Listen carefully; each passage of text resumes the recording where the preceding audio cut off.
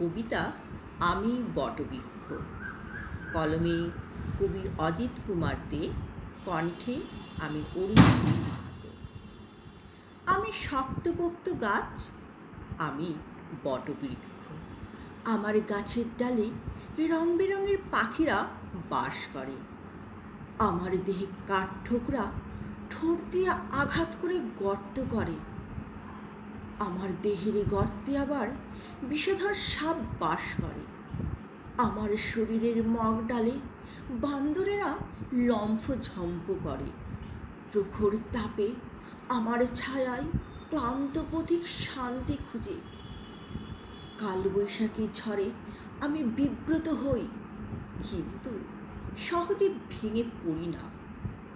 আমাকে অবলম্বন করে গুল্মলতা স্বার্থপর কিছু গাছ জীবন বাঁচায়, প্রতিষ্ঠা পায় বৃক্ষ কুলে। সবাই ওরা আমার নিন্দা করে, তবুও সব জেনেও আমি ওদের আশ্রয় দাতা। আমি বৃক্ষশ্রেষ্ঠ, নাম তাই বটবৃক্ষ।